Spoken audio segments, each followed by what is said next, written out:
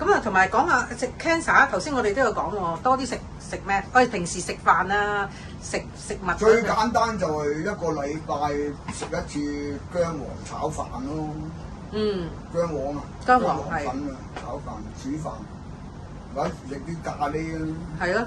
所以佢因為英國人做過研究咧，而家印度咁多人，嗰個嗰啲 cancer 指數咁低。係啊。佢原來喺研究發覺咧，原來佢食咖喱，因為嗰啲癌細胞咧一聞到啲咖喱味咧，唔啱佢生存啊，變唔到身出嚟。呢檔嘢屌你唔好踎嘅，費事變身啊！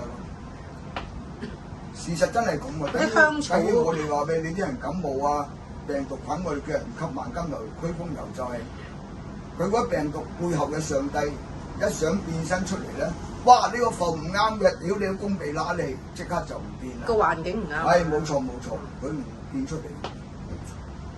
好簡單嘅咋，個世間唔係咁深奧㗎，係嗰啲神棍啊、醫棍啊、術棍啊，屌你無撚端端嚇撚你啫嘛，佢知道都唔教你啦。